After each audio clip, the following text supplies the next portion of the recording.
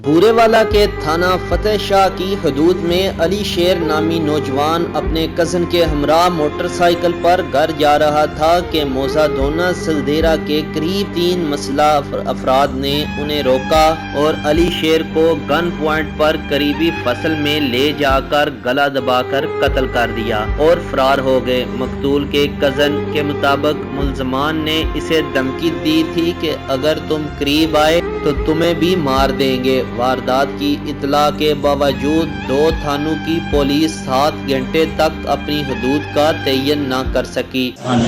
ਇਹ ਬੁਆ ਕਿਸ ਤਰ੍ਹਾਂ ਆਇਆ ਤੇ ਕਿੰਨੇ ਕਿਸ ਤਰ੍ਹਾਂ ਆਇਆ? ਅਸੀਂ ਜੀ ਕੱਚੀ ਪੱਕੀ ਚੋਂ ਆ ਰਹੇ ਸੀ, ਮਕਈ ਦਿੱਤੀ ਹੈ। ਅਲੀ ਸ਼ੇਰ ਮੇਰਾ ਕਜ਼ਨ ਹੈ, ਦੂਸਰਾ ਮੇਰਾ ਕਜ਼ਨ ਹੈ ਹਾਜੀ ਮੁਹੰਮਦ, ਉਹਦਾ ਨਾਂ। ਅਸੀਂ ਮੋਟਰਸਾਈਕਲ ਤੇ ਆ ਰਹੇ ਹਾਂ ਤੇ ਰਸਤੇ ਦੇ ਵਿੱਚ 3 ਬੰਦੇ ਖਲੋਤੇ ਹਨ।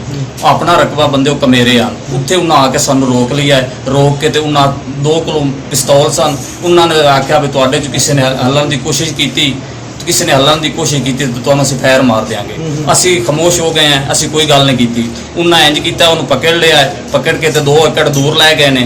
उत्थे जाके तो उन्होंने पकड़ के तो गला दबा के तो मार दिता है। फिर बाद दे विच असीं जदों थोड़ी देर तो बाद जदों असीं फिर उत्थे गए, करीब गए हैं तो फिर उदों जिहड़ा है पुलिस वाले ने कहा, थाने फतेह शाह वालों कॉल की। उन्होंने कहा जी साडी जगह नहीं है, साडा एरिया नहीं है। उहदे तो बाद विच फिर असीं फोन किया थाने 100 के वालों, उन्होंने कहा साडा भी यह झैल नहीं है। उहदे तो बाद फिर उन्हें किसी ने 6 तो 7 घंटे उत्थे लाश पई रही है, किसी थाने वाले ने नहीं उठाई। उहदे तो बाद फिर असीं 1 ते कॉल की है।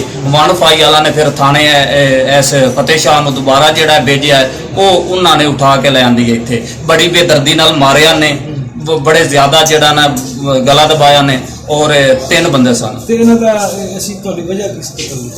ਉਹਨਾਂ ਨੂੰ ਕੋਈ ਸ਼ਕੂਕ ਸੀ ਜੀ ਕੁੜੀ ਦਾ, ਲੇਕਿਨ ਉਹ ਸੜਕ ਤੇ ਕੀ ਕੁੜੀ ਦਾ ਸ਼ਕੂਕ ਹੁੰਦਾ ਹੈ। ਅਸੀਂ 3 ਬੰਦੇ ਰਸਤੇ ਤੇ ਜਾ ਰਹੇ ਹਾਂ, ਸਰਕਾਰੀ ਰਸਤਾ ਹੈ, ਉਹਦੇ ਚ ਕੁੜੀ ਦਾ ਕੀ ਸ਼ੱਕ? ਕੁੜੀ ਕੌਣ? ਉਹ ਕੁੜੀ ਉਹ ਜਿਹੜਾ ਅਕਰਮ ਹੈ, ਉਹ ਕਹਿੰਦਾ ਮੇਰੀ ਯਾਨੀ ਕਿ ਸਿਸਟਰ ਹੈ।